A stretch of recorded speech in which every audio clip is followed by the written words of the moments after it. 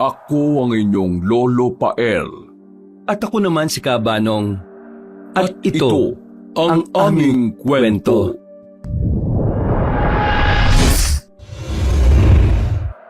Nako, mukhang mamalasin na naman tayo ngayong araw. Hindi yan. Tingnan mo't maliwanag naman ang langit oh. Umuulan siguro sa ibang parte ng Kamaynilaan pero dito sa atin, ayan at maliwalas eh. Dumali ka na naman. Nung huling beses na sinabi mong hindi uulan, ayun at binagyo tayo. Oo nagkamali lang talaga ang radar ko nung araw na yon. Pero ngayon, sigurado ako na hindi uulan. Hay naku, basta. Maghahanap na tayo ng masisilungan ngayon pa lang ano. Ayoko namang magpalipas ng magdamag na nangangatog sa sobrang lamig dahil basang-basa tayo. Tama si Inay, Tay. Mas makabubuting ligtas na tayo. Umulan man, at least nakasilong na itong kariton natin. Ibig sabihin, hindi na tayo pupunta dun sa may palengke kung saan maraming karton? Tay, sayang din yun. Pang-almusal na natin bukas yung kikitain sa mga karton na yun eh. Sapat na ang kinita natin, Maymay. Makakatawid na tayo ng magdamag. May pangkape pa tayo bukas ng umaga. Huwag mo nang yakagin ng tatay mo at hindi yan marunong tumanggi. Inaalala lang naman ng anak mo yung kakainin natin bukas, Wana. Aanhin mo ang pagkain bukas kung pare-parehas na tayong inaanod ng baha, Aber. Ngay naman, grabe naman kayo mag-isip. Ayan nga ho at tirik ang araw ho. Hindi mo ba nakikita? Ayan at papunta na nga dito sa atin ang dilim. Hay nako, bahala kayong dalawa ng tatay mo. Basta kami nitong si Boy, hahanap na kami ng masisilungan. Teka muna. Saan naman namin kayo hahanapin pagkatapos namin magbenta ng karton? Aba problema nyo na yan. Gamitin mo yung radar mo. Sweetheart naman, didiskarte lang kami nitong anak mo. Mamaya pag uwi namin dadalang ka na lang namin ng Loming Batangas. O di ba, paborito mo naman yon. Sus, nang uto ka pa. Siya, sige na. Doon kami sa village tutungo. Village? Yung malapit lang dito? Paano ka makakapasok doon may bantay doon sa gate? Di wag dumaan sa gate. Paano? Lilipad kayo nitong si Boy. Haba, wala pa akong nakikitang flying kariton sa tanang buhay ko. Hanggang mamaya itong kamao ko magfa-flying dyan sa mukha mo. Malamang doon kami sa likod dadaan. Alam mo yung bakanting lote sa gilid ng Wendy's? May shortcut doon papunta sa village. Alam ni Maymay yun dahil dati na kaming nagawi doon. Talaga? Ako lang yatang hindi nakakaalam nun ah. Titira na pala kayo sa village hindi nyo malang ako isasama? Ay sus, ang drama. Pebrero ka nga talaga ipinanganak. O siya, sige na. Lumarga na kayo para hindi kayo abuti ng ulan. Hindi nga yan uulan. Tena nga, may anak. Baka mamaya maging drago na naman tong nanay nyo. Naiiling na lang ako't natatawa noon sa kakulitan ni Itay, Kabanong. Sanay na ako sa kanila ni Inay at aaminin ko na masaya ako sa pamilyang meron ako. Oo, mahirap lang kami pero kumpara sa iba, buo at ramdam ko ang pagmamahal sa amin ng aming mga magulang. Sa kalsada na kami nagkamali ng kapatid kong si Maymay, Kabanong.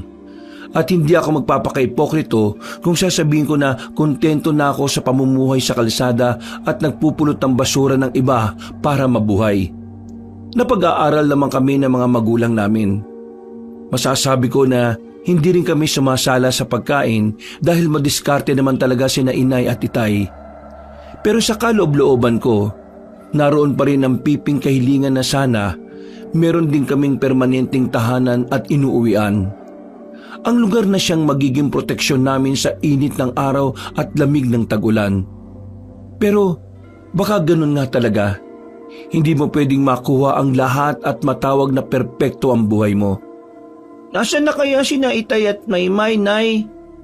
Hay naku, Boy. Huwag mong pakaalalahanin ng Itay at kapatid mo. Baka mamaya sarap na sarap silang nakaupo sa karinderya at humihigop ng mainit na sabaw. Tapos ikaw parang pusang hindi mapaanak dyan. Hindi ka mapakali. Hindi ko po talaga maiwasang mag-alala, Inay. Ang lakas kasi ng ulan. Para ka namang bago ng bago sa tatay mo. Balat kalabaw nga yun at hindi na tinatabla ng lamig. Si Maymay naman kahit nung maliliit kayo, hindi nagkasakit ang batang yon. Halika nga rito at tulungan mo ko. Ilawan mo tong nilalatag ko. Ay, o nga po pala, Nay. May nabili po ako mga katol kanina. Magagamit natin dito yun. Oo, pwede naman. Pero mas maganda pa rin na may kulambu tayo. Lalo na at masukal dyan sa likod. Kahit papano, kung may ahas man na makisilong din dito, hindi tayo matutuklaw. Kung sa bagay, Nay, mas komportable din po ako matulog kapag may kulambu tayo. Pakiramdam ko, kahit nasa kalsada lang tayo, may bubong tayo at bahay eh. Hindi kumibo si Inay, pero tiningnan niya ako saka ngumiti. Pero kahit sa liwanag lang nadala ng kandila, kita ko sa mga mata niya ang lungkot. Bigla tuloy ako nakaramdam ng guilt. Hindi ko dapat sinabi ang bagay na yon. Sigurado ako kung gaano ko hinihiling na magkaroon ng bahay, masigit pa doon ang kagustuhan ni Inay na maibigay yun sa amin.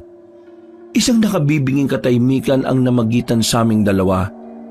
Mabuti na lang at biglang dumating sina Itay at Maymay. Agad ko silang sinalubong ng tuyong pamunas. Hindi pala uulan, Tay, ah. May problema na yata ang antena ni Itay. Baka tulad niya nagkaedad na din kaya humina na ang sagap. Ay kayo talaga. Ako na naman ang nakita niyong asarin. Palibasa, hindi niyo mapikon ng inay niyo eh. Naku, nandamay ka na naman, Tay. Basta, Nay, si Itay lang ang paluin mo ha. Hindi kami damay dyan. Imposible. Hindi ako mapapalong ng nanay niyo dahil may pamintuan akong dala. Pamintuan daw. Tingnan nyo nga, wala naman tayong pintuan. Ay, oo nga pala. O edi, pasalubong. Sweetheart! Ang paborito mong Lomi Batangas. Ito naman sa'yo, Jetro, kanin at adobo. Ang dami kasing binigay na karton sa amin ng isang stall dun sa palengke. Bagong bukas lang sila. Parang mini grocery kaya ang dami talagang karton. May mga naiwan pa nga kami dun eh. Pinatabi na lang namin ni Itay kasi hindi na namin kaya. Pero bukas, sigurado makukuha namin yun. Marami-raming pera na naman yun. Ito nga pala yung natira na nadiskarte namin ni Maymay. Itabi mo na yan. Bukas dadagdagan ko pa yan. Aba, mukhang malaki-laki nga ang pinera nyo ah. Sabi ko naman sa'yo eh. Mabuti na lang pinilit ako nitong bunso mo. Oo na, pero bago yan, heto ang malinis na damit. Magbihis na kayo ng anak mo at malamig. Pagkatapos, sabayan mo kung kumain. Busog kasi kami. Kumain na kami ni Maymay bago umuwi si Tart. Ganun ba? Ay siya sige, kami na lang ni Boyboy ang kakain. Maganda na po ko ng kakainin natin, Nay. Bago kami matulog ng gabing yon, ay nagkwentuhan muna kami ni Itay at Inay ng paborito naming love story nila. Ang totoo ay kabisado na namin yon ni Maymay, pero hindi kami nananawang pakinggan yon ng paulit-ulit. Nakakatawa naman kasi talaga sila magkwento at nakakamangha. High school sweetheart sina Inay at Itay. Pero nang matapos sila ng sekundarya ay sinubukang ipakasal si Inay sa iba. Huli niya na nalaman na ipinagbibili pala siya ng kanyang ama. Balak pa daw sana siyang ipadala ng nanay niya sa malayong probinsya para lang mahiwalay siya kay Itay. Kaya namang gabi bago ang nakatakdang pag-alis ni Inay, tuluyan silang nagtanan ni Itay at buong tapang na nagpunta sa Maynila. Sinadya nilang huwag maghanap ng permanenteng titirahan sa takot na baka matagpuan din sila ng mga pamilya nila. Simula nga noon ay hindi na daw alintana ni Inay ang hirap ng buhay basta't ang importante ay magkasama sila ni Itay. Ano ba yan? Sino ba yung yugyug ng yugyug? Maymay, bakit malikot mo? Boyboy? Boyboy! Maymay naman eh. Kita nang natutulog yung tao eh. May tao, boy! Ha? Tao? Nasaan? Wala naman ako nakikita. Ang dilim-dilim eh. Nasa labas na. Sa gilid ng pintuan. Naku naman oh. Ang hilig mo kasi magbasa ng comics na horror eh. Yan tuloy. Imbis na tutulog ka na lang sa gabi kung ano-ano pa nakikita mo. Hindi. Totoo yung nakita ko. May tao nga. Nakakapote pa ngang itim eh. Kakainis naman to oh. Nandadamay pa eh. Ano bang gagawin ko? Bakit mo pa ako ginising? Tingnan mo. Baka mamaya mamamatay tao yun tapos hinihintay lang na makatulog tayong lahat. Ano? Mamamatay tao pala tapos gusto mo silipin ko? Gusto mo kong maunang patayin, ganon? Eh, hindi naman sa ganun. Ano kasi?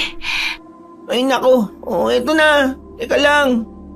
Saan na ba yung flashlight na yun? Ay, eto. Nasaan? Wala naman ah. Teka, saan galing yung flashlight mo? Nabili ko lang to kanina sa may bangketa. Ano, pwede na ba ako matulog ah? Sige, pero akin na yung flashlight. Ay nako, ayan na. Sa'yo na yan. Basta wag mo na akong gigisingin ulit ah. Oo na. Inis na inis ako kay Maymay ng gabing yun. Ang sarap pa naman ng tulog ko dahil malamig ang panahon. Inisip ko na baka bunga lang yun ng kanyang imahinasyon. Mahilig kasi talaga magbasa ng horror ang kapatid kong yun. Hanggang sa sumapit ang kinabukasan. Para sa pamilya namin, panibagong umaga na naman yun na kailangan naming itawid. Ang hindi namin alam, sa araw na yun din pala magsisimula ang bagong yugto ng aming buhay. Paano? Dito na lang muna kayong magkapatid ha. Maghahanap lang kami ng itay ninyo ng maaalmusal natin. Nasaan na nga ba yung lalaking yon? Teroy! Nasa likod yata, inay. Iilang daw po. Pauna ka na sa labas. Susunod ako doon. Siya sige. Oh, Buy-Buy, gisingin mo na yung si Maymay at iligpit nyo na yung mga gamit natin ha. Para mamaya, pagkatapos nating mag-agahan, kaunti na lang ang aayusin natin bago tayo umalis. Kanina ko pa ho siya ginigising eh. Ayaw naman bumangon. Saka, puyat siguro siya, nay. Kung ano-ano kasi nakita kagabi. Nakita? Anong nakita? May lalaki daw ho dyan sa pinto. Inilawan ko naman ng flashlight. Wala naman ako nakita. Kababasa niya talaga yan ng comics, nay. Yan na nga ba ang sinasabi ko kababasa ng hindi maganda. Naaapektuhan na pati pag-iisip. O paano, mamaya mo nagisingin pagbalik namin. Ay, sige po, nay. Nauna ngang lumabas si inay nun.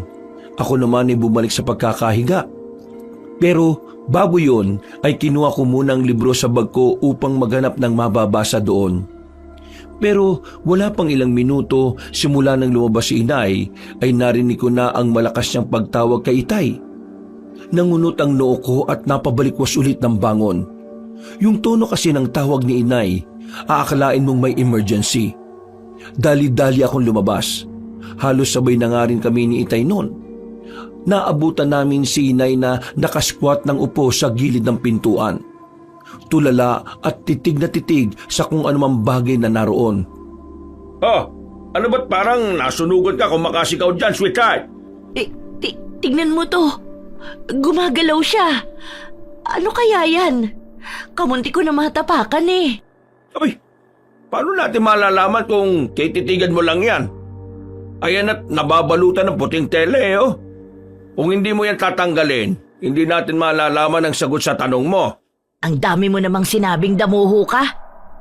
Sige, tutal ikaw na ang nakaisip, di ikaw na ang gumawa. Tignan mo itong nanay mo, Buboy oh. Mainit agad ng ulo eh. Kulang yata sa pampainit na lambing. Psst, ang bunga nga naman ito. Sa anak mo pa talaga? Ay bakit? Ano ba yung sinabi ko? Parang kulang ka naman talaga sa mainit na yakap, sweetheart eh. Oo na, sige na. Tanggalin mo na yung nakabalot dyan. Uy, ano yun? Teka, tanggalin ko tong balabal na to. Sanggol? Nay, baby ho! Diyos na mahabagin. Sinong nag-iwan yan dyan? Mariosep, kawawa naman. Ang lakas pa naman ng ulan kagabi. Ayan at basang-basa yung hinihigaan niya oh. Nay, ang cute ho! Anong cute ka dyan? Nagugutom ka mo yan. Maya-maya lang iiyak na yan, tingnan mo. Dito ka na lang muna. Pasupsupin mo dyan sa'yo. Lalabas ako at bibili ako ng dadian at gatas, ha? Ha? Siya, sige, bilisan mo lang ha. Alam mo namang wala na akong gatas. Oo, mabilis lang ako. Agad namang ipinasok ni inay ang sanggol sa loob ng bahay. Doon ay matyaga niya itong nilinisan at pinalitan ng malinis na damit. Natatandaan kong t-shirt pa inay ang ginawa ng balabal dito pansamantala. Bukod kasi sa nakalagay lang ito sa parang basket, wala itong mga damit na ekstra doon.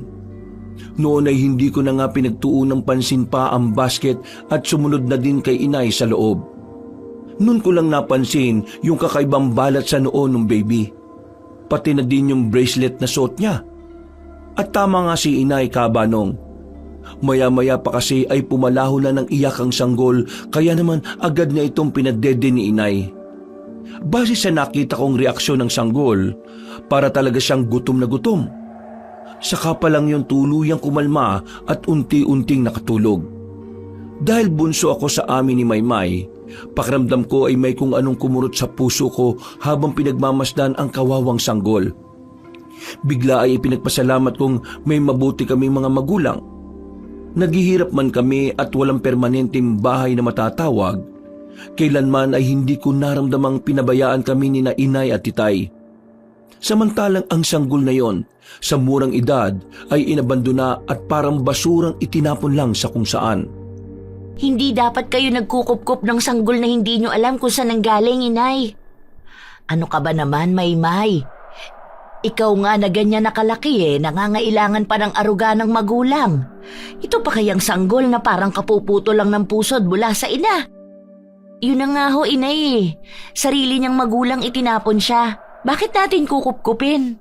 Mamaya may sa demonyo. Maymay, kung wala kang matinong sasabihin, mabuti pang itiko mo na lang yung bibig mo. Hindi nyo kasi ako naiintindihan Itay, Boy, hindi ba tama naman ako? Sa bagay na yan, anak. Pasensya ka na, ha? Kakampi mo ko, kaya lang parang mali na husgahan mo ang walang muwang na sanggol na ito. Ha?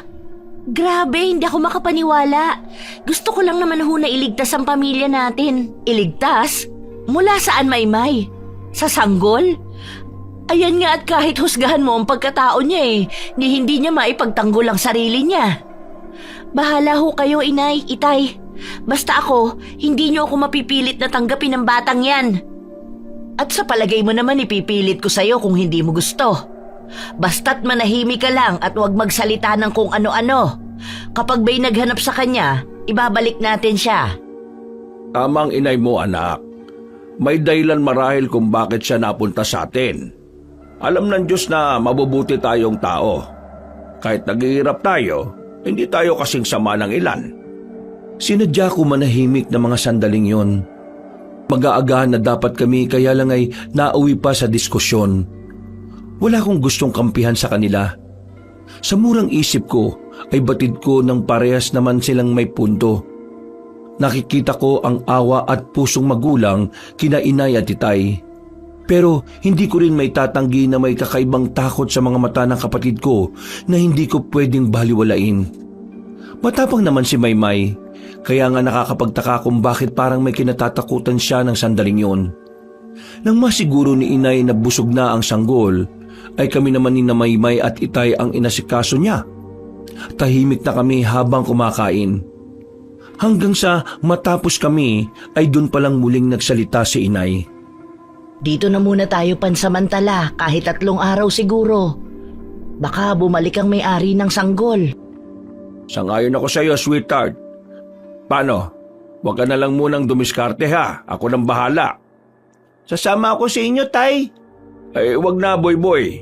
Baka kailanganin ka ng inay mo dito lalo na kapag gising na yung sanggol. Si Maymay na lang ang isasama ko. Ganun po ba? Sayang mo kasi makakatulong din sana yung mga mapupulot kong pangbenta.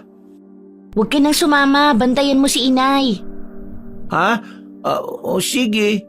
Basta uwian mo ko ng pasalubong, ha? Oo na, mukha ka talagang pagkain. O paano? Aalis na muna kami. Mag-iingat kayo rito, ha? Babalik kami bago manangalian.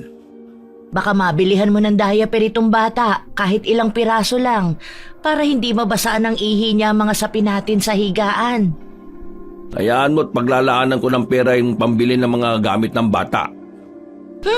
Kita niyo na yan? Hindi niyo nga kami dinagdagan ni Boy kasi alam niyo na mahirap ang buhay natin. Tapos biglang may darating na sanggol at magpapaampon sa atin ng ganun-ganun lang? Maymay, anak, subukan mo na lang munang intindihin. Huwag kang magalala. Sisiguruhin namin ng nanay niyo na hindi kayo maapektuhan. Sa pamilya namin, Kabanong, hindi naman talaga kami pinagbabawalan ni na inay at itay na magsalita tungkol sa nararamdaman namin. Yun nga lang ang lagi nilang bilin, dapat ay alam din namin ang hangganan namin. Hindi pwedeng magsasalita kami ng nakakabastos na sa kanila. Marunong pa rin dapat kaming magkontrol at isipin ng maraming beses ang isang bagay bago lalabas sa bibig namin. Inay, sa palagay ko, natatakot lang si Maymay. Sa palagay mo? Saan naman siya matatakot? Ay, hindi ko po alam eh.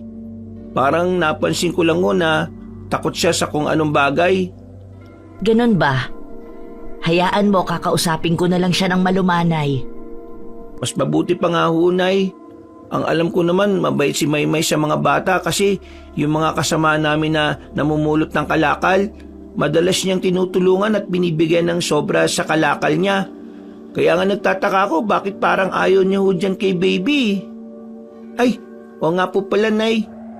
Ano po ipapangalan natin sa kanya? Pangalan? Oo nga ano? Sa palagay mo pwede natin siya bigyan ng pangalan? Siguro ho. Kasi nasa atin siya eh. Kung di natin siya bibigyan ng pangalan, ano itatawag natin sa kanya? Sa bagay. Sige, mag-iisip ako. Pwede ho bang ako magpangalan sa kanya, Nay? Oo naman. Ano bang nasa isip mo? Gustong-gusto ko po kasi yung pangalan na Sofia. Parang ang ganda-ganda eh. Bagay naman po sa kanya kasi tingnan niyo, mamula-mula ang balat niya tapos ang ganda-ganda pa niya. Sofia. Aba, magandang pangalan nga ah. Sige, simula ngayon, siya na si Piyang. Piyang? Piyang o, Inay? Oo. Di ba Sofia ang pangalan niya? Di Piyang ang palayaw. Ay, yun lang. Buti na lang maganda yung pangalan na ibinigay ko sa iyo, Baby Piyang. Kahit mantot yung palayaw mo. At least, maganda naman ang pangalan mo, di ba? Hoy, anong maantot ka dyan? Maganda nga eh. Piyang-piyang. Nako, ayan na nga. Dinoble na din ang tawag sa iyo. Ay, nako, pagpasensya mo na si Inay ha. Mahilig talaga siyang magdoble-doble ng tawag eh. Rico, Nay naman, bakit niyo ako'y nampasapit? Mabuti lang yan sa'yo. Maiging at nakadapa ka na. Kaliit-liit pa ni Piyang eh, sinisiraan mo na ako agad. Totoo naman po yung sinabi ko, Nay eh. Oh, Inay, ayoko na po ha. Masakit yan. Talagang masasaktan ka. Hala sige, tumayo ka dyan at magsaing ka bago kita haplitin ulit nitong sanga ng bayabas. Mamaya lang eh, nandito na ang itay at ate mo. Mag-aalauna na nang dumating sina Itay at Maymay. May dala na nga si Itay noon na isang malaking balot ng diaper pang baby. Bukod doon ay may isang lata pang gatas na kasama. Gulat na gulat kami ni Inay kung saan galing ang pinambili niya noon. Kahit anong isip ko kasi ay alam kong hindi kakasya ang pagbebentahan ng kalakal. Si Maymay naman ay wala pa rin pagbabago ang ekspresyon sa muka. Bagamat hindi na siya mukhang galit, wala naman akong mabasang emosyon sa mukha niya. Isa-isa niyang inilabas mula sa plastic ang dala nilang ulam ni Itay. Agad na nagwala ang tiyan ko nang kumalat sa buong bayang pamilyar na amoy. Ulam na kay tagal ko ding inasam na matikman. Manok? Pritong manok ba yan, May? Wala ka bang mata? Wow! Fried chicken nga! Ang sarap naman yan! Inay, kakain na ako! Manong magsandok ka na nang sabay-sabay tayong makakain. Maigi pa nga habang tulog ang bata. Siya ang ating Piyang, Teroy. Piyang? Aba, magandang pangalan. ikaw bang nagpangalan sa kanya, sweetheart? Palayaw langan sa akin. Itong si Buyboy ang nagbigay ng pangalang Sofia sa kanya. Ah, ganun ba? Bagay naman sa kanya ano? Oo.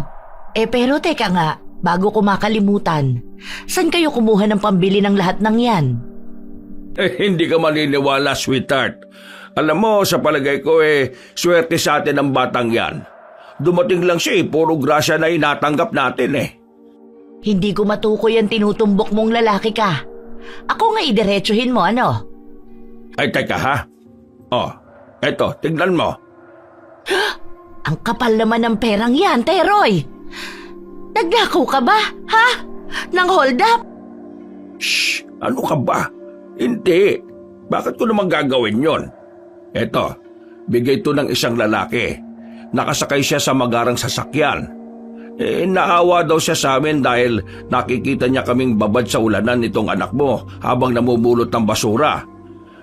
Inutusan niya akong mamili sa palengke. Pagbalik ko, binigyan ako ng isang plastic. Akala ko nga kung ano laman Nagulat ako, maraming pera. Gamitin ko daw sa tama at sa pamilya ko. Talaga? Abay, napakabait naman ng lalaking yon. Ano bang pinabili sa'yo? Maraming atay ng baboy at dugo Magdidinuguan yata sila para sa isang komunidad.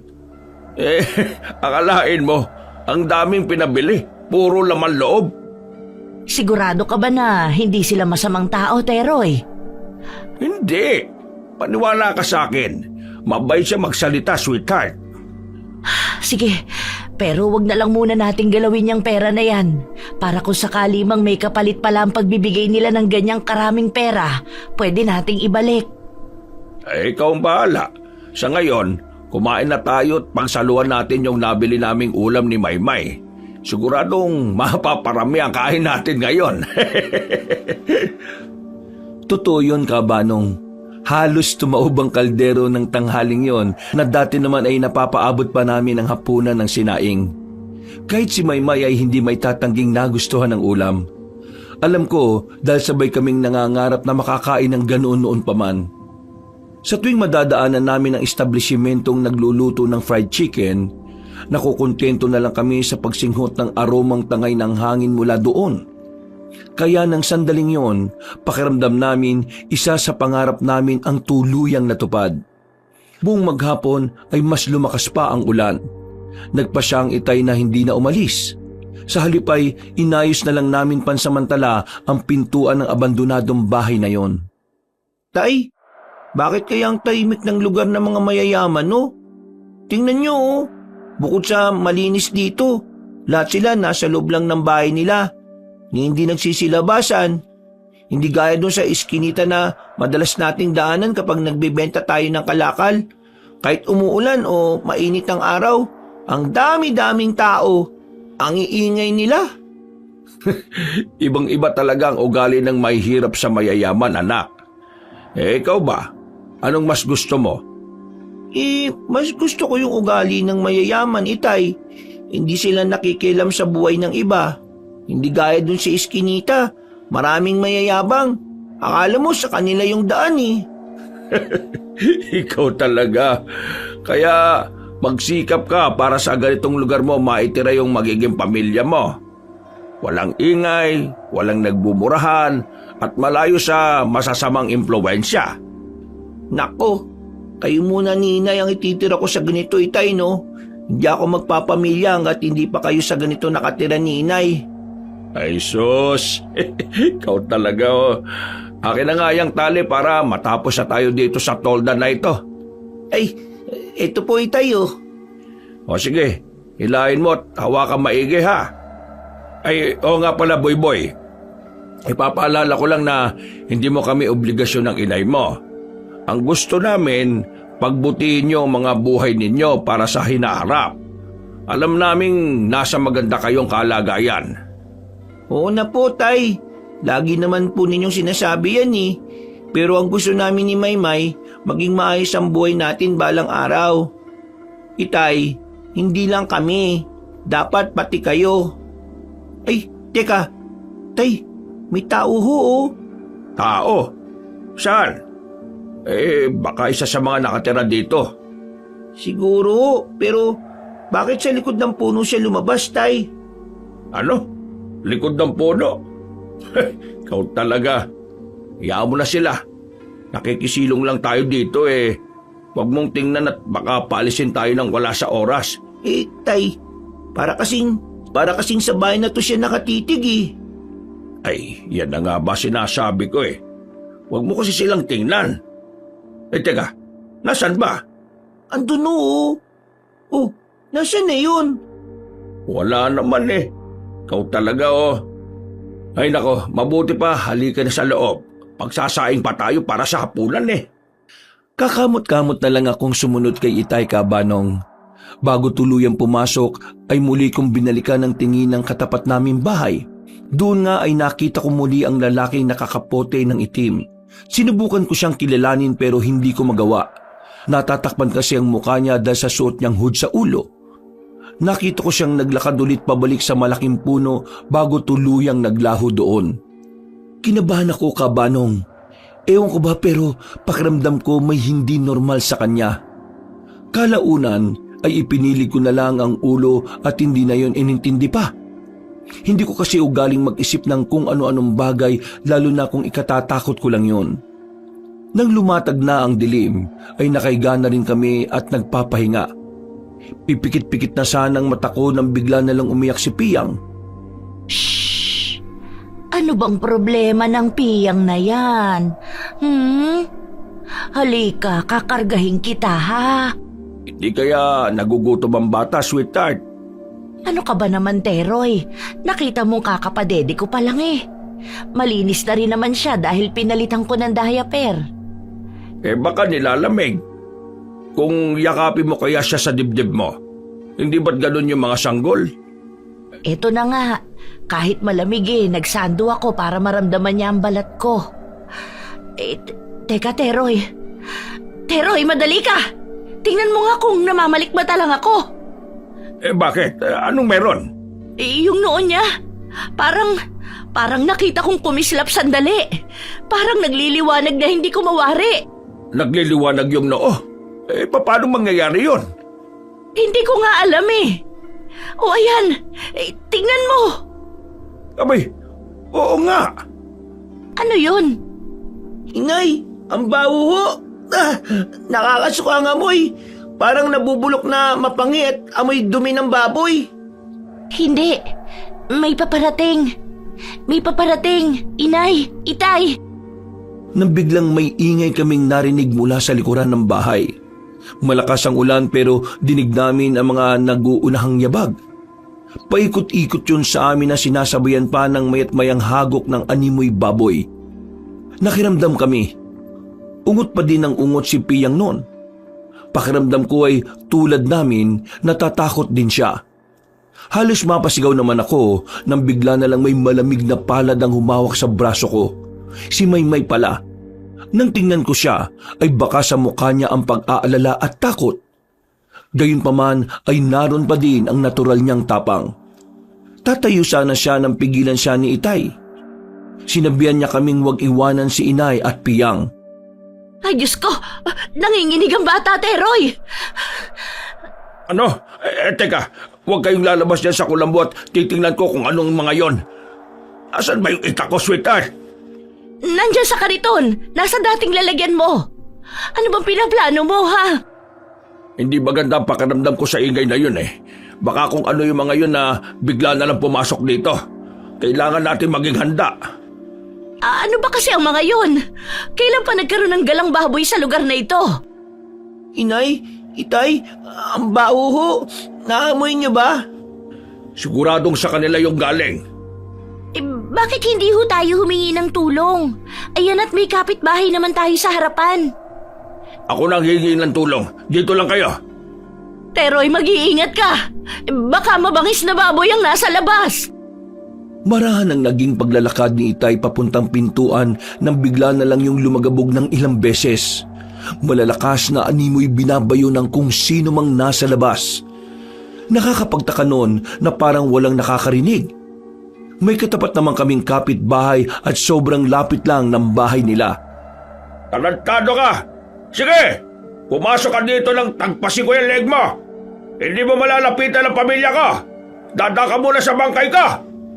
Isang mahina ngunit galit na angin ng kung anong nilalang sa labas ang pumuno sa loob ng bahay na yon.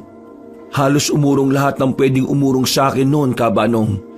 Nininervyos talaga ako at pakiramdam ko ay nagiinit ang buong mukha ko dahil sa takot. Bukod sa sigaw ni Itay at nakakatakot na angin ng kung anong hayop sa labas, dinig na dinig ko din ang malakas na lagabog ng dibdib ko ng sandaling yon. Bigla ay napadasal ako ng kung anuman ang pinagdaraanan namin ng sandaling yon, sana ay hindi kami pabayaan ng Diyos. Panginoong mahabagin, bakit hindi sila tumitigil? Ano bang mga yan, Teroy? Bakit dumami pa yata sila? Masisira na ang pintuan. Anong gagawin natin? Basta dyan lang kayo. Hindi ko kayo pababayaan. Yan na nga ba ang sinasabi ko eh. May sa demonyo ang batang yan, inay. Yang sanggol na yan ang pinupuntahan ng mga halimaw na yan dito. Pwede ba, Maymay? Nagagawa mo pang husgahan ng sanggol sa ganitong sitwasyon? Bakit pa kasi bulag na bulag kayo sa katotohanan, inay?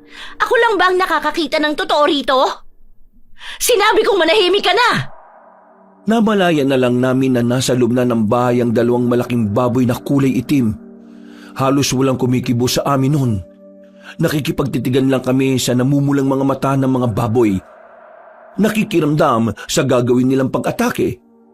Nang walang ano-ano'y bigla na lang tumayo si Maymay. Hindi siya napigilan ni inay nang bigla niyang kunin ang sanggol mula sa bisig nito at ilapit yon sa dalawang baboy. Gulat na gulat kaming lahat sa ginawa niya. Maging ako ay hindi makapaniwala na makakaya niyang gawin yon sa isang musmos na sanggol. Pero mukhang tama siya. Ang sanggol nga talaga ang target ng mga kakaibang baboy. Sasakmali na sana ng isang baboy si Piyang nang bigla na lang sumugod si Itay, dala ang itak niya. Hindi ko makakalimutan yung samot-saring takot, galit at pangamba na nararamdaman ko ng gabing yun, Kabanong. Malakas at panabay na napasigaw si Inay at Maymay. Wala akong magawa. Umatras ako sa dulo ng higaan at doon ay yumuko ako sa dalawang tuhod. At doon ay yumuko ako sa dalawang tuhod ko. Tinakpan ko ang dalawang tenga at kalaunan ay niyakap ang sarili. Hindi ko alam kung gaano katagal ako sa ganoong posisyon, Kabanong. Namalayan ko na lang na may yumayakap na sa akin at nagsasabing maayos na ang lahat. Ano bang iniisip mo, ha, Maymay? Ganyan ka na ba kawalang puso at pati sanggol gagawin mong pamain sa mga halimaw? Muntik nang ikapahamak ng Itay mo ang padalos-dalos mong desisyon. Patawad ho, inay. Hindi ko naman akalain na nasusugod ang Itay. Ama na yan, Juana. Mabuti na lang at maayos naman tayong lahat. Mabuti na lang kamo at may nagmagandang loob na tumulong sa atin para maitaboy ang mga baboy na yon. Paano kung wala? Hayaan mo na. Sigurado naman akong may natutunan ng panganay natin sa nangyari. Tama ba, Maymay? Patawad ho, Itay. Anak, mahirap lang tayo pero hindi tayo kriminal. Hindi namin kakayanin ng inay mong magpahamak ng ibang tao lalo na't musmus pa. Naintindihan namin na gusto mo lang ding protektahan ang pamilya natin. Pero magagawa naman natin yon nang hindi na kinakailangang makapanakit pa sa iba. Hindi ka namin pinipilit na gustuhin si Piyang. Pero sana, tratuhin mo man lang siyang tao. Aaminin kong maging ako ay sumama ang loob kay Maymay ng sandaling yon. Lalo na nang matitigan ko ang inosenteng mukha ng natutulog na sanggol. Wala siyang kamalay-malay na muntik na siyang maging hapunan ng isang mabangis na hayop. Sigurado ko na kung may nangyari man sa kanya, baka hindi ko nakausapin ang kapatid ko. Okay ka na ba, Boy? Nanginginig pa rin ang katawan mo. Giging okay na po ko, Inay. Hindi ka ba nahihirapang huminga? Hindi naman no, Inay. Natakot lang talaga ako. Akala ko kasi kung mapapano na si Itay at Baby. Hindi pa rin tayo pinapabayaan ng Diyos, anak. May pinadala siya para tumulong sa atin. Ay, oo nga po pala. Nasaan po yung sinasabi niyong tumulong sa atin? Gusto ko po siyang pasalamatan. Hindi ko nga rin alam eh. Sinundan niya yung mga tinaboy niyang mababangis na baboy tapos hindi na siya bumalik. Sana'y magpakita siya ulit sa atin nang makapagpasalamat man lang tayo. Sa palagay ko taga rito lang yun sa subdivision na ito. Paano pa natin makikita yon kung aalis na tayo rito? Hayaan mo na kung hindi. Alam niya naman na siguro na nagpapasalamat tayo sa kanya dahil sa kabutihan niya. Ang akala ko talaga, walang makakarinig sa pagiging natin ng tulong Tingnan mo nga't ang lalim ng sugat mong lalaki ka. Sigurado ka bang ayaw mong dalhin sa ospital yan para magamot? Sus, hindi na. Malayo to sa bituka. Ang mabuti pa, ipunin niyo na lahat ng gamit. Kailangan natin makalis dito sa lalo madaling panahon. Hindi na kami nakatulog ng gabing yon. Pagkatapos ng mga nangyari, ni isa sa amin ay walang dinalaw ng antok. Pagputok na pagputok ng araw kinabukasan ay nilisan na namin ang lugar na yon sa takot na baka muli kaming balikan ng mga umatake sa amin ng nagdaang gabi. Sa daan ay nauna sina inay at itay. Tulak-tulak nila ang kariton kung saan komportable at safe na natutulog si Piyang. Habang kami naman ni Maymay ay nahuhuli. Wala kaming imikan. Pansin ko na tahimik din siya. Mukhang malungkot at pagkaminsan ay marahas na lang na napapabuntong hininga. Alam ko na hindi mo rin gustong gawin yon. Pero maling-mali kasi na ginawa mong pamain si Baby Piyang. Wala siyang malay. Hindi pa siya makakalaban. Hindi mo ako maiintindihan, Buy-Buy. Gusto ko lang naman protektahan ng pamilya natin. Kapag gusto mo nang magkwento sa akin, sabihin mo lang makikinig naman ako sa iyo Basta, ang alam ko lang, hindi yan normal na bata. Iyong nagdala sa kanya, hindi yun tao. Ano? Anong ibig mo sabihin na hindi tao? Teka, nakita mo yung nagdala kay Piyang? Pero hindi na umimik si Maymay. Napansin ko na umiiwas siya ng tingin sa akin at parang naging aligaga ang mga mata. Sinundan ko ang tinitingnan niya pero wala namang ibang tao sa paligid. Ramdam ko na may tinatago sa amin ang kapatid ko. At kung ano man yon, isa lang ang nasisiguro ko. Hindi yun madali para kay Maymay pero pinipili niyang suluhin sa takot na walang maniniwala sa kanya. Ay nako, hindi mo kailangang suluhin yan, Maymay. Pamilya tayo, no? Saka, diba, bili ni na itay at inay na walang dapat sikreto. Iba ngayon, Buy-Buy. Paano sila maniniwala sa akin? Nabulaga na sila sa sanggol na yon. Pati nga ikaw Hindi ako bulag, May. Naaawa lang ako. Ganun na rin yon. Magkaiba yun. Naiintindihan kita. Gusto ko lang maging patas at alam kong ganun din sila inay. Tumigil ka na. Ayoko ng pag-usapan. Gagawin ko na lang ang makakaya ko para protektahan ng pamilya natin laban sa mga alagad ng dilim na yun. Hindi lang naman ikaw ang may gustong protektahan ng pamilya natin Lahat tayo magtutulungan. Hindi na siya kumibo at nagpatuloy na lang sa paglalakad. Malikot pa din ang mga mata niya at pagkaminsan ay natutulala sa isang direksyon na parabang may nakikita siyang hindi kaaya-aya doon. Naawa ko kay Maymay Kabanong. Gusto ko siyang damayan pero hindi ko naman yun magagawa kung hindi siya magsasabi ng problema niya sa akin. Sa huli ay pinili kong iparamdam sa kanya na kakampi niya pa rin ako at naiintindihan ko siya. Kahit naman hindi kami ganon ka-sweet tingnan, aaminin kong mahal ko ang kapatid ko dahil siya lang naman ang meron ako maliban kina inay at itay. Hapon nang ikagulat ko kung saan kami manunuluyan. Kahit papaano ay nakaramdam ako ng excitement, Kabanong. Yung kasi ang unang beses na masasabi kong kahit hindi permanente, may matatawag kaming maayos na tutulugan. Ligtas sa anumang banta ng panganib at higit sa lahat may kuryente. Wow! Totoo po ba ito? Dito tayo tutuloy, Nay? Tay? Oo anak, 1 linggo na ang binayaran namin ng inay nyo dito. Napagpasya naming gamitin yung pera na ibinigay ng estranghero para sa kaligtasan natin, lalo na ni Piyang. Paano po yung karito natin? Nakatabi na. Ipasok nyo na lahat ng gamit natin dito. Yung importante lang, ha? Opo, Inay. Nakakatuwa naman.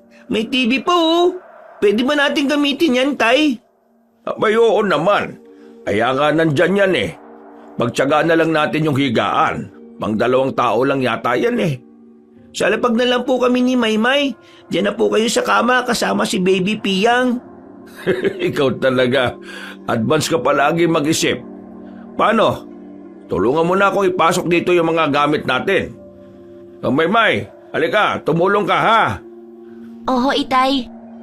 Sa daan ay hindi ko maiwasang kulitin si Maymay.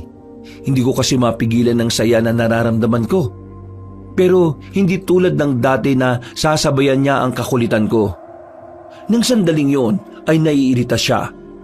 Kung hindi niya ako babaliwalain, titingnan naman niya ako ng masama o hindi kaya ay hahampasin niya ang daliri kong sumusundot sa tagiliran niya. Tumigil ka na nga, Boy. Isa pa, babaliin ko na yung daliri mo. Sungit mo naman. Masaya lang naman ako eh. Ikaw ba hindi? Anong nakakatuwa dito? Kahit saan naman tayo magpunta, masusundan tayo ng mga halimaw na yon. Ano bang sinasabi mo? Maayos yung tutuluyan natin. Hindi butas ang bubong. May matibay na pintuan at mga bintana. Kahit sundan tayo ng baboy na yun, hindi na nila tayo basta-basta mapapasok. Saka madaming tao oh. Baka bigla silang maging lechon kapag dito tayo inatake ng mga yun. Ewan ko sa'yo, puro kabiro. Ikaw naman tong pinakaduwag sa atin. Tumabi ka nga dyan. Bilisan mo na nang matapos na tayo. Sus, di mo pa aminin. Alam ko namang masaya ka, no? Mapapanood mo na yung paborito mong soap opera tuwing gabi. Hindi naman masasabing maganda ang lugar na yon. Ang totoo ay luma nang ang tingnan. Pero kumpara naman sa nakasanayan naming tulugan, masasabi kong di hamak na mas matino yun at para sa akin maganda at kumpleto sa lahat. Hindi na namin kinailangan tumakbo sa gasolinahan kapag kinakailangan naming maligo o magbawas dahil may sariling banyo sa loob ng kwarto. Hindi na din namin kailangan kumain sa karinderya para lang makanood ng TV ng libre kahit ilang minuto lang dahil may sarili din yung TV. Mga bagay na matatawag ko ng luho para sa musmus kong kaisipan noon. Tay, nakikita mo po ba yung lalaki sa may di kalayuan? Ha? Lalaki? Sino? Saan? Andun oo, nakatayo sa katapat na establishmento.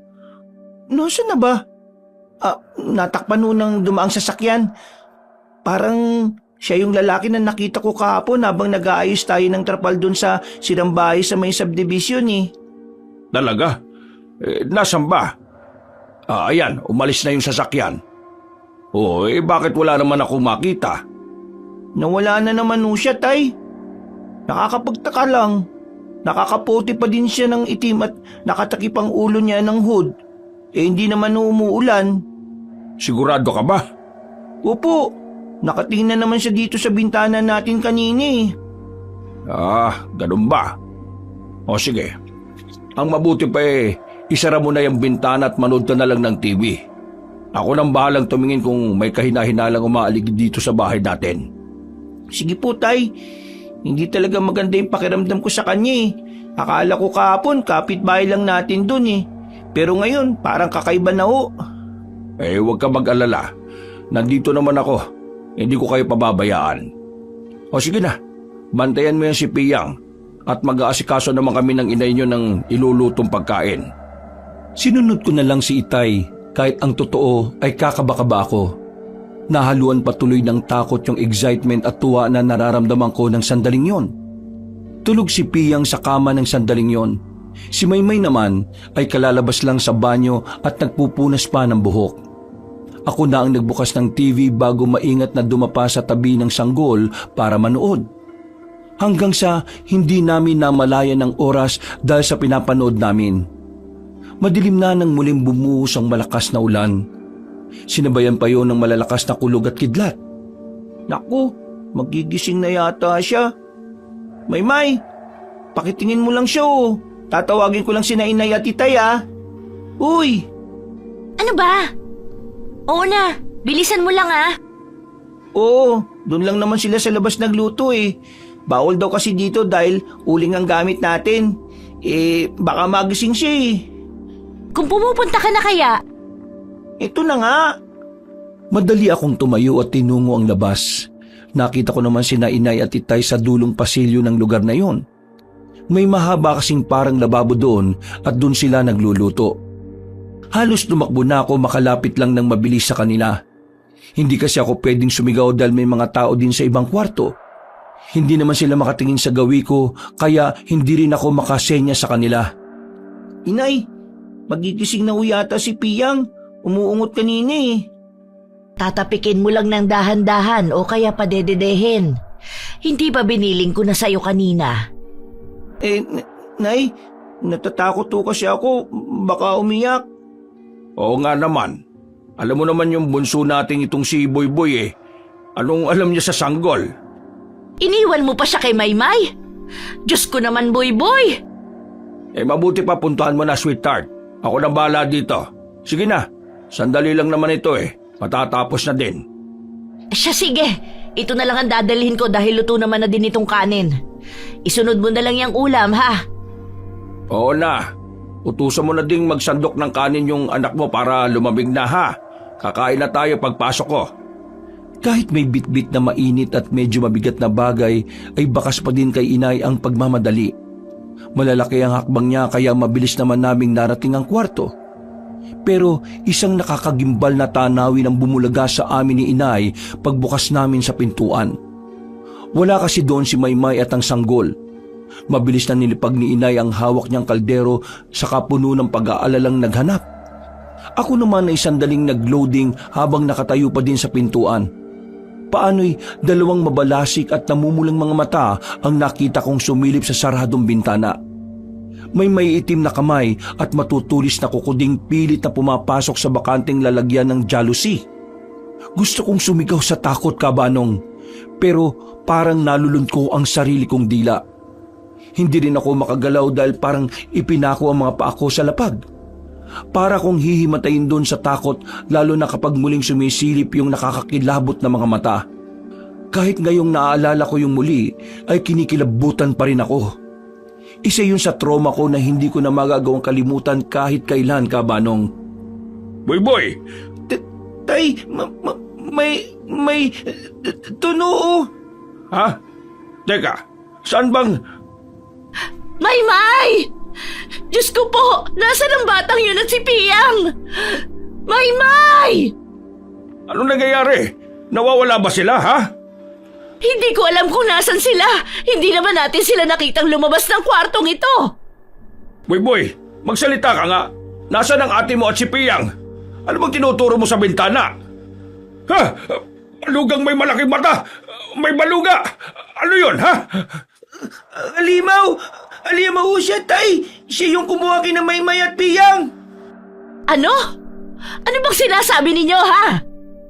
Natahimik at napatigil sa pagsasalita si inay nang tuluyan niyang makita kung ano ang nasa labas ng bintana. Kalaunan ay pumainlan lang sa loob ng kwarto ang malakas at nakakatakot na sigaw ng nilalang. Pagbuka nito ng bunganga ay natanaw namin ang matutulis nitong mga ngipin. Pero hindi ko inaasahan ang susunod na ginawa ni itay. Habang umaangil at nakanganga ang halimaw ay sinabuyan niya ng asin ang bibig nito. Kitang-kita ko kung papaano yun umusok. Habang yung angil niyang galit na galit ay dagling napalitan ng angil ng pagtangis. Mabilis itong kumilos na animoy hindi magkandaugaga kung paano papawiin ang sakit na nararamdaman. Hanggang sa tuluyan siyang mawala sa tapat ng bintana. Saka pa lang kami nakahinga na maluwag. Pero para makasigurong ligtas na kami ay buong tapang na sumilip si itay sa bintana at sinigurong wala na ang kung anumang nilalang sa paligid. Maya-maya ay may narinig silang malakas na iyak ng sanggol. Si Piyang! Iyak ni Piyang yun, hindi ba?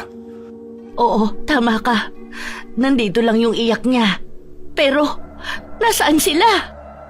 Maymay! Maymay! Wala na yung halimaw! Pwede na kayong lumabas ni Piyang! Alam kong nandyan ka lang at pinoprotektahan mo siya! Sa ilalim ng higaan. Naroon sila. Doon ko naririnig ang iyak. Oo nga, tama ka. Oh, ayan na si Piyang. Maymay, anak? Wala na ho ba yung halimaw na gustong makapasok dito, itay? Wala na anak. Anong ginagawa niyo dyan sa silong? Naisip ko po kasi kapag may nangyari sa kanya, baka ilagay niyo na naman ang sarili niyo sa panganib. Kaya heto, prinotektahan ko na lang siya mula sa halimaw na yon. Kahit kagagaling sa nakakakilabot na senaryo ay kusang gumuhit ang ngiti sa labi ko. May parte ng isip ko ang nagpapasalamat pa dahil iniwan ko si Piyang kay Maymay. Nang sandaling yon ay umaasa ako na yun na ang simula para maging malapit sila ng kapatid ko. Samantala, agad namang sinarhan ni Itay ang butas sa bintana. Inalayo din namin ang higaan mula doon. Kahit pare-parehas pa din kaming puno ng takot at kalituhan sa mga nangyayari, pinilit naming kumain ng gabing yon. Ang akala ko, Kabanong, dahil may maayos na kaming tutulugan ay magiging mahimbing na ang tulog ko. Pero hindi. Bawat kaluskos o kaunting ingay lang ay nagigising ako at nanginginig. Yun na nga yata ang tinatawag nilang trauma. Hanggang sa napansin kong parang hindi rin mapakali si Maymay. Hindi ka rin makatulog? Paano ako makakatulog? Ang daming nakapaligid sa atin. Ano? Anong nakapaligid? Nakita mo? Hindi ko kailangan makita, Boy. Simula ng kupkupinin na Itay at Inay ang sanggol na yon, dumating na rin sila. At dumarami pa. Hindi kita maintindihan, Maymay. Mga nilalang sila ng dilim. Alam ko dahil sobrang bigat ng enerhiya nila. Sukang-suka ko.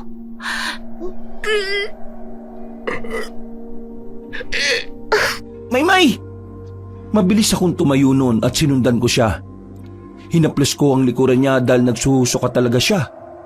Mula sa kusina ay napansin kong unti-unting natatanggal yung karton na hinarang ni Itay sa butas ng bintana.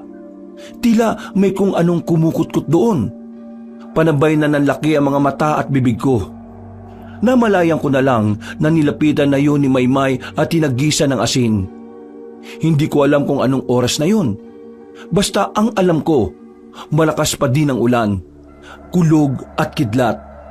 Sina Inay at Itay ay mukhang nahihimbing naman. Gayon din ang sanggol. Bago mahiga ay naisipan kong silipin si Piyang. Malungkot akong napangiti.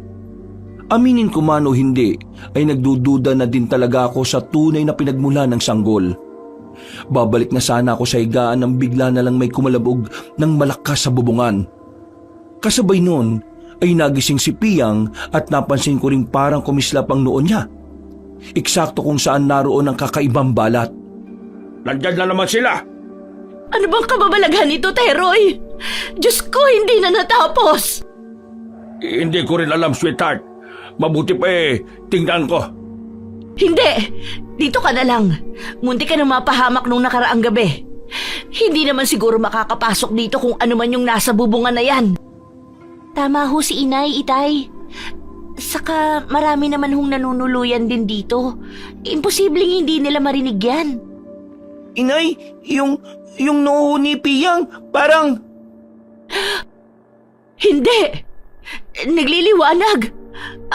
Anong nangyayari?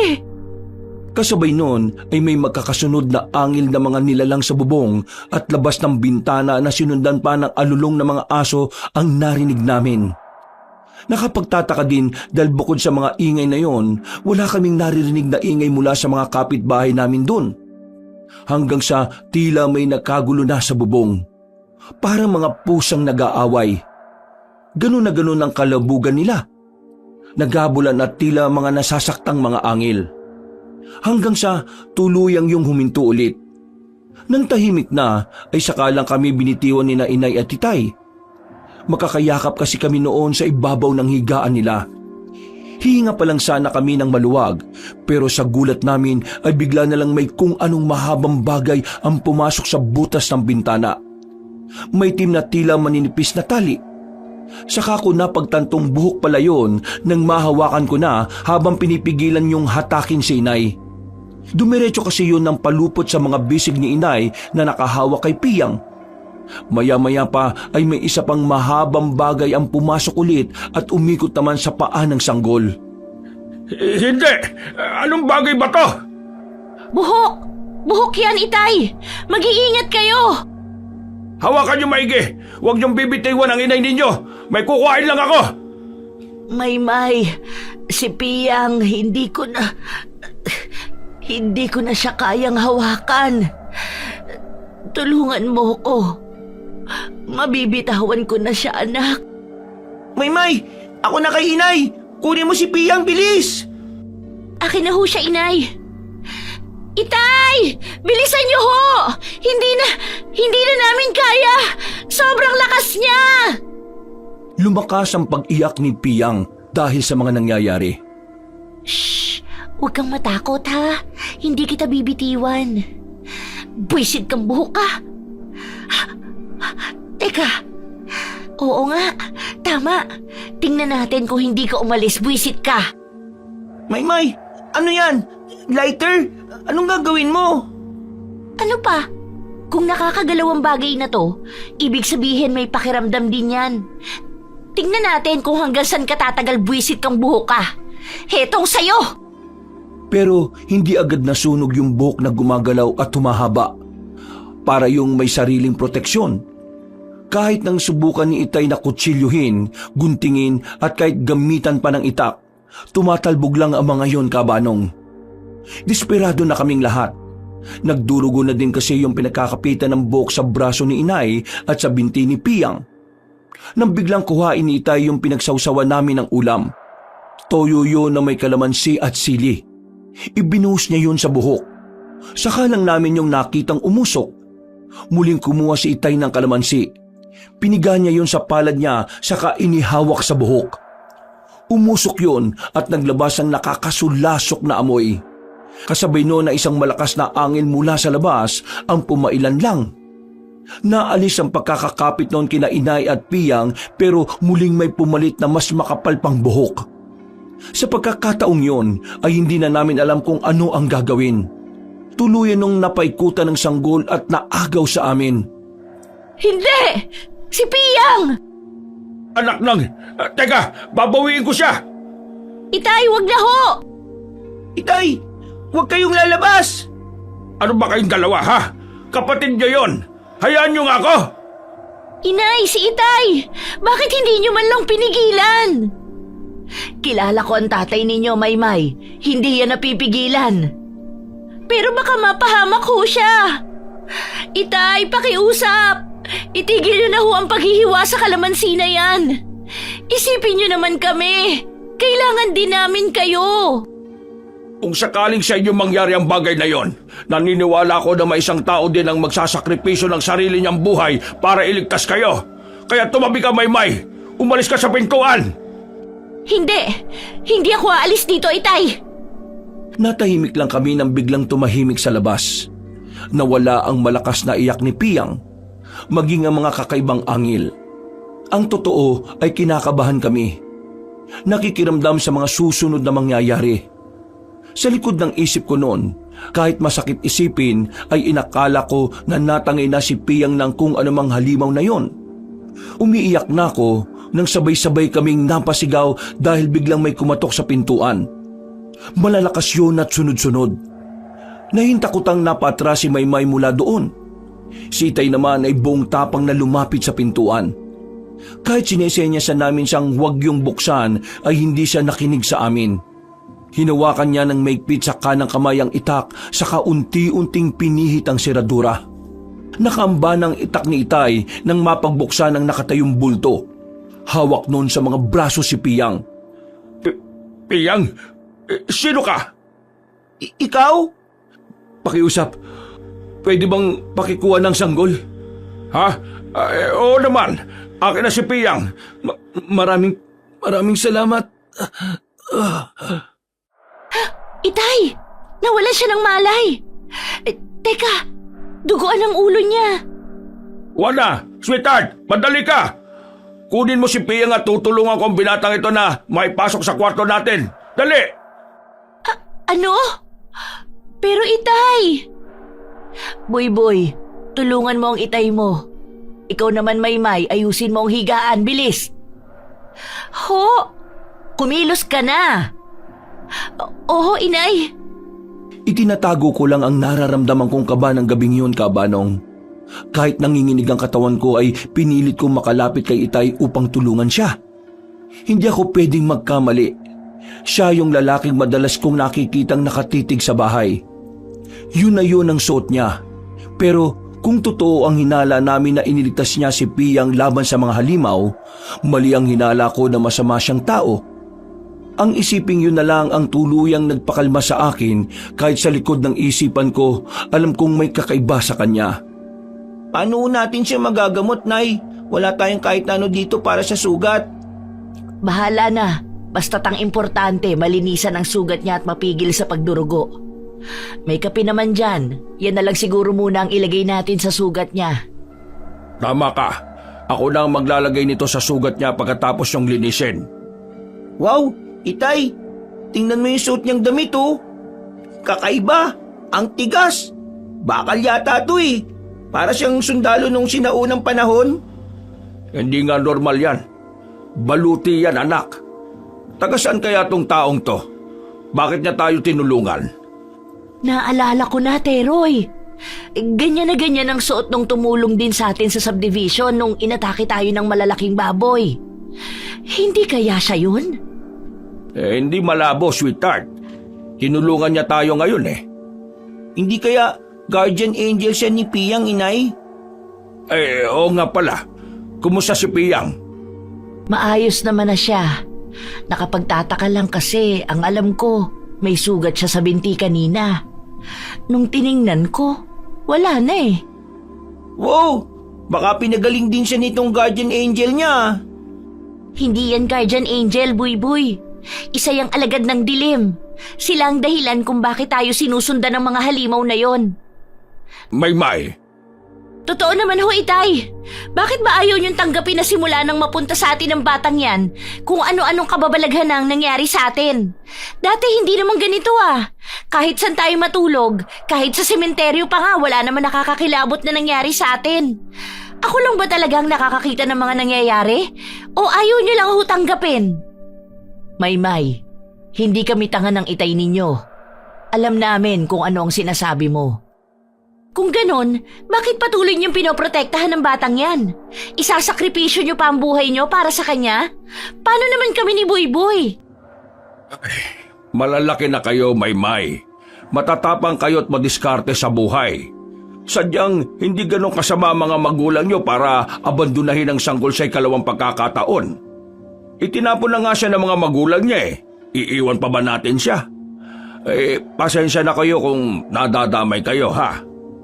Siguro, mas makakabuti kung dadalhin na lang natin sa simbahan si Piyang. Kung magiging maayos ang sitwasyon doon, baka iwanan na lang natin siya sa bahay ampunan ng mga madre ang nag-aalaga. Bahala na.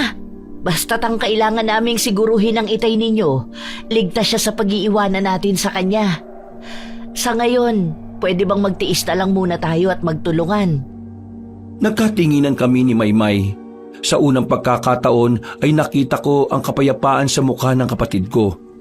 Maging ako, yun ang nararamdaman. Malungkot man pero sa palagay ko, ayun na din ang pinakamainam na solusyon. Buong magdamag ay wala nang gumambala sa amin. Naalimpungatan lang ako nang maramdaman ko ang parang may mga matang nakatitig sa akin. Pagdilat ko ay hindi nga ako nagkamali. Nasa paanan namin yung lalaking sugatan. Nakatayo at mataman lang na nakatitig sa amin. Napasigaw pa nga ako dahil sa gulat. Nakatalokbong na naman kasi ang ulo niya ng hood ng suot niyang kulay itim na kapa. Gising ka na pala, iho. Kumusta pakiramdam mo? Maayos na ho. Pasensya na at naabala ko yata yung tulog niyo. Nako, hindi naman. Ang totoo inaantay nga talaga kitang magkamalay. Nakaidip lang ako. Teka, yung sugat mo parang nasa na? Gumaling na ho. Ano ka mo? Paano nangyari yun sariwa pa yung kanina? Ganun ho talaga. Sa oras na makapagpahinga ko, kusa na rin ho yung gagaling. Ha? Ganun ba? Oo nga pala, nagugutom ka ba? Hindi ho. Nauuhaw? Hindi rin ho. Maraming salamat ho. Kung ganun baka pwede na kitang makausap tungkol sa ginawa mong pagtatanggol sa amin. Maraming salamat nga pala. Hindi niyo kailangan magpasalamat sa akin. Ako dapat ang gumagawa niyan dahil sa ginawa niyong pagkupkup at pag-alaga sa anak ko. Anak mo? Anak mo si Piyang? Oo. Yun ang palayaw na ibinigay namin sa kanya. Sofia ang totoong pangalan niya.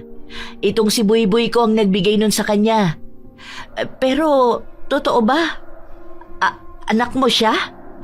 Paano at bakit mo inabando na sa labas ng sirang bahay na yun? Paano kung hindi namin siya nakita? Delikado yun. Sweetheart, Pasensya na ho kayo. Wala na akong pagpipilian ng araw na yun eh. Naabutan nila ako. Hinang-hina ako noon kaya hindi ko na magagawang protektahan ng anak ko. Kailangan ko siyang iwan at ilayo sa akin para maprotektahan habang inililigaw ang mga kalaban. Kalaban? Bakit ka may kalaban? Yun ba yung mga kakaibang nilalang na nanggugulo sa amin? Pasensya na ho. una pa lang alam ko nang may kakaiba. Pwede ka bang maging tapat sa amin, iho? Tama ang asawa ko. Kailangan naming malaman kung ano ang mga kinakalaban namin. Mga aswang ho ang mga yon. Ang totoo, mga kalahi ko ho sila. Halos malulun ko ang dila sa narinig ng sinabi ng lalaki kabanong. Sina inay at itay naman ay makahulugang nagkatinginan. Gaya ko ay hindi makapaniwala sa mga narinig nila. Pakiramdam ko, pati mga laman loob ko ay nanginginig ng sandaling yon. Makailang beses akong napalunok habang titig na titig sa lalaki. Aswang. Isa siyang aswang na nagkukubli sa katawan ng tao para makisalamuha sa amin. Nang mapatingin ako kay Piyang na nooy payapang natutulog, parang piniga ang puso ko kabanong. Hindi ko matanggap na ang ganong kaamo at kagandang muka ay may ikinukubling dugo ng isang halimaw. Sinasabi ko na nga ba eh. Nung gabi pa lang na nakita kita sa labas ng bahay na yon, alam ko nang halimaw ka at ang sanggol na yan. Patawad hindi ko rin gustong mapatpad sa lugar na ito eh. Pero tulad ng mga magulang mo na hindi kayo kayang pabayaan, hindi ko rin pwedeng hayaan na lang ang anak ko. Papatayin siya ng kalahi ko. Gagawing alay dahil hindi nila matanggap na ang susunod na magmamana ng trono ay hindi purong dugo ng aswang. Anong ibig mong sabihin na magmamana ng trono at hindi purong dugo ng aswang? Prinsipyo ako sa mundo namin na hindi sinasadyang nagkagusto sa isang dalagang tao. Palihim kaming nagmahalan at nagbunga ngayon ng isang sanggol. Napatay na nila ang mahal kong si Ana. Matapos maisilang yung anak namin. Alam kong hindi sila titigil hanggat hindi nakukuha ang anak ko. Kailangan ko siyang protektahan laban sa kanila. Pero kailangan ko ng tulong niyo. Huwag mong idamay ang pamilya namin sa gulo ninyo. Paano kung may isa sa amin na napahamak? Mapapalitan mo ba ang buhay namin? Maymay, ano ka ba naman? Hindi ka ba naawa sa kanila? Hindi dapat kinakaawaan ng mga halimaw, Buyboy. Hindi mo ba alam na pagkain lang tayo ng mga yan? Nagkakamali ka, Iha. Hindi namin pinakikialaman ang lahi ninyo. Kung ganon, bakit ka nakialam ng dalaga sa mundo namin? Binuntis mo pa. Ikaw ang gumawa ng problema mo. Lutasin mong mag-isa. Anak, maayos siyang nakikiusap sa atin. Maaring hindi mo naiintindihan kung saan siya nanggagaling dahil hindi ka naman isang ama. Iho, ano ba pangalan mo? Jetro, yun na lang kung itawag niyo sa akin. Jetro, ako si Teroy. Ito naman ang asawa kong si Juana. Si Buyboy ang bunso kong anak at si Maymay ang panganay namin. Ikinagagalak ko makilala kayong lahat. Maraming salamat to at sa kabila ng katotohanan tungkol sa amin ng anak ko, hindi kayo natakot. Ay, kung alam mo lang, iniisip na lang namin itong asawa ko na matatapos din ang panggagambala ng mga yun sa amin. Kaya lang mukhang hindi ka agad-agad ano? Huwag ko kayo mag-alala. Gagawin ko ang lahat ng makakaya ko basta maprotektahan ko lang kayo. Sa ngayon, kailangan ko lang ng panahon. Pipilitin kong kumbinsin ang aking ama. Alam kong nasulsulan lang siya ng tiyuhin ko walang problema sa amin, Jetro. Ang kailangan ko lang matibay-tibay na proteksyon. O kaya safe na lugar para sa amin.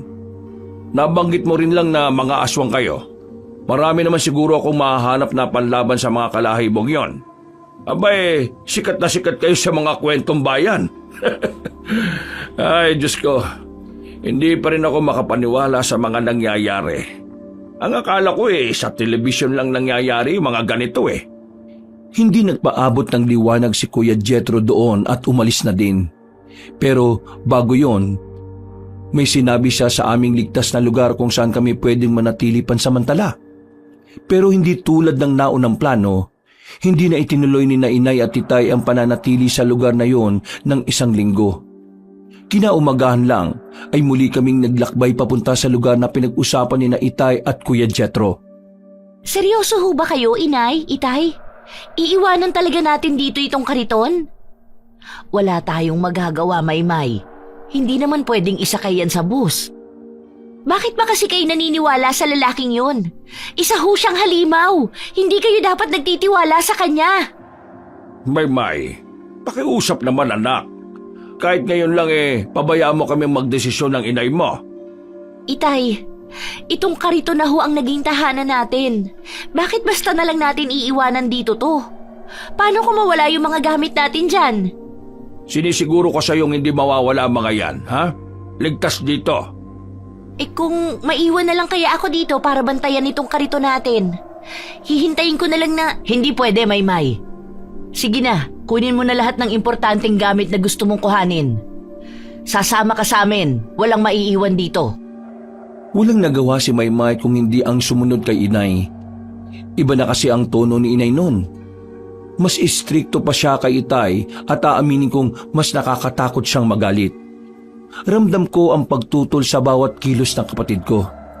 Sinubukan ko siyang lapitan at pagaanin ng loob pero nainis lang din siya sa akin.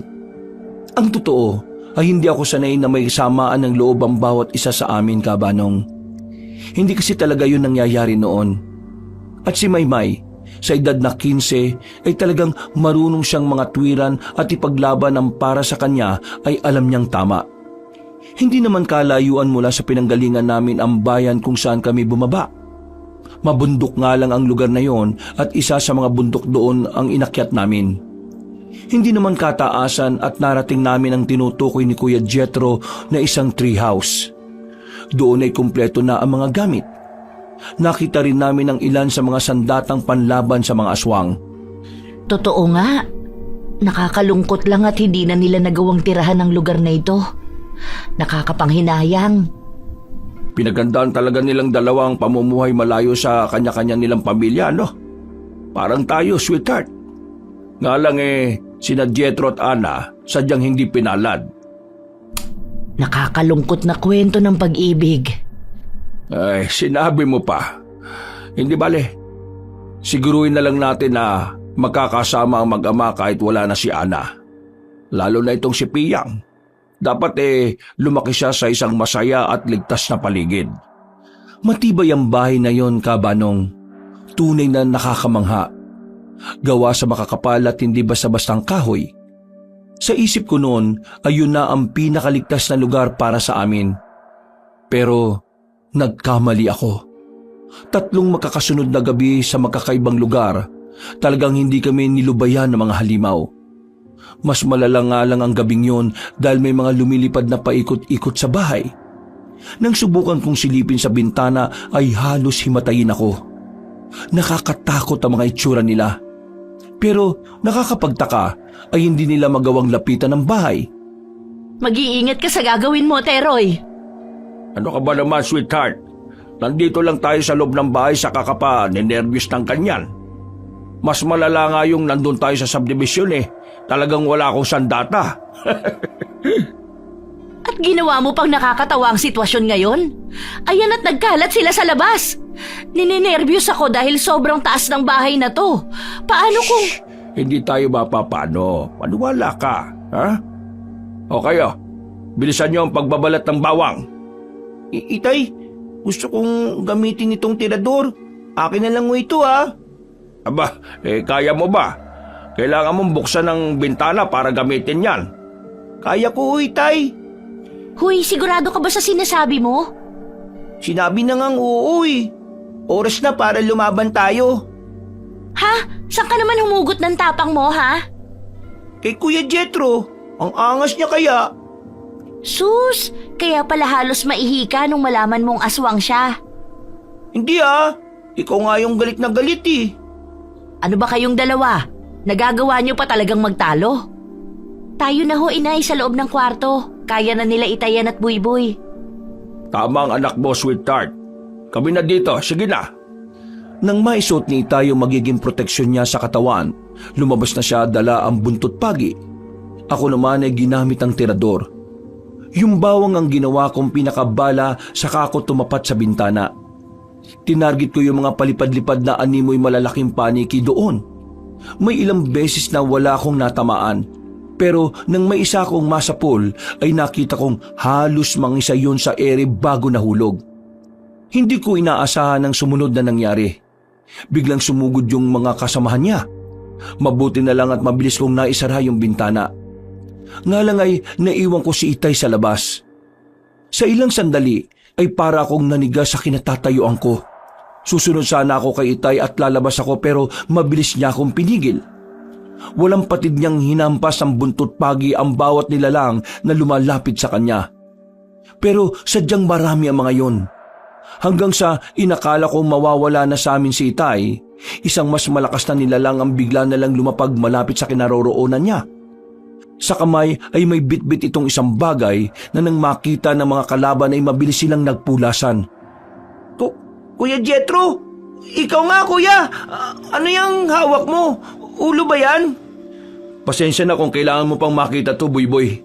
Oo, ulo ito ng tsuhin kong ganid. Ulo ito ng tsuhin kong ganid.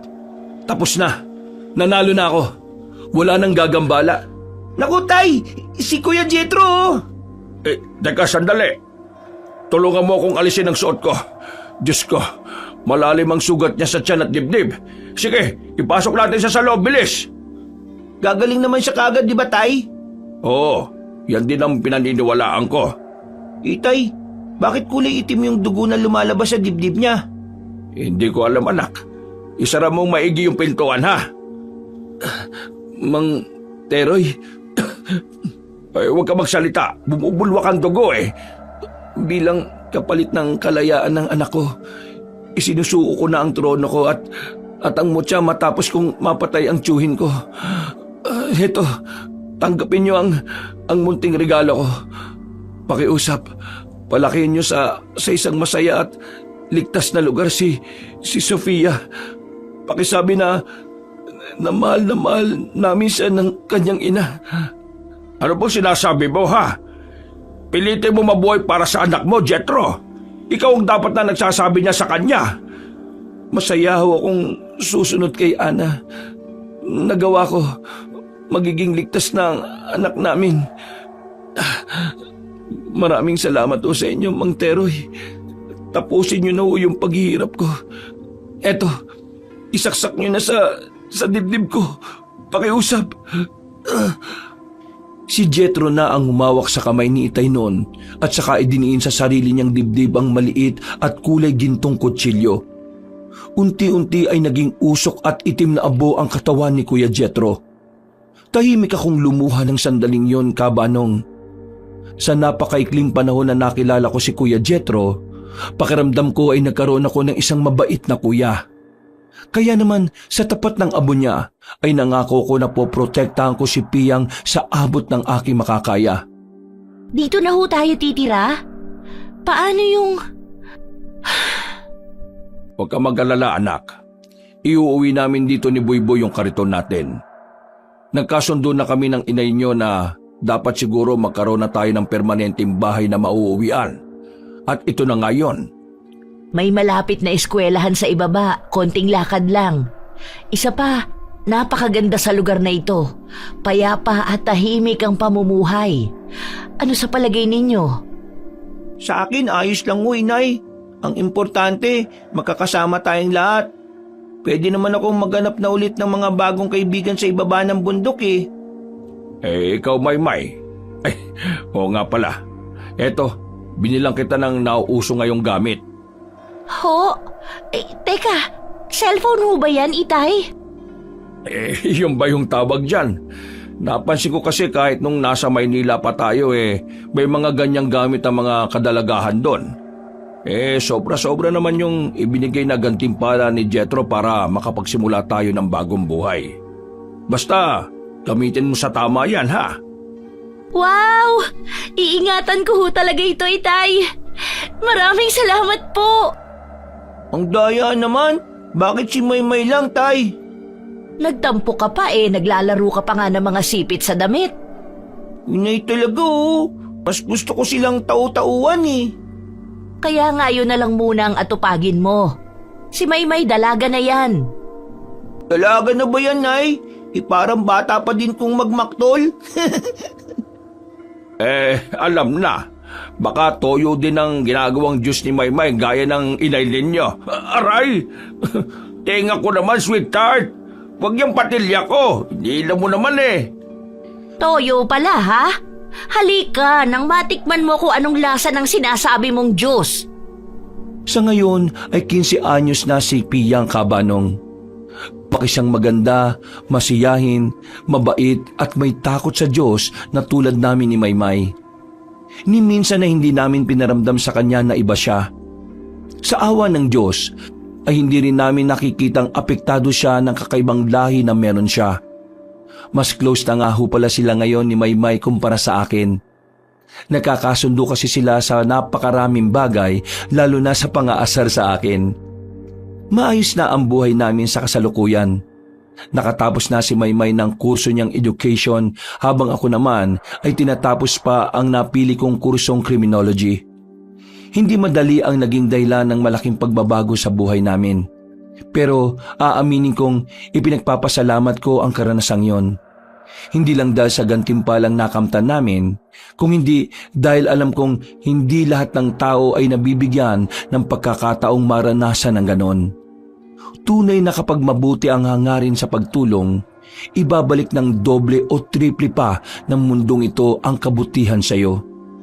Hanggang dito na lang ang may babahagi ko sa inyo, Kabanong. God bless po sa inyong lahat ng inyong mga tagapakinig. Wakas.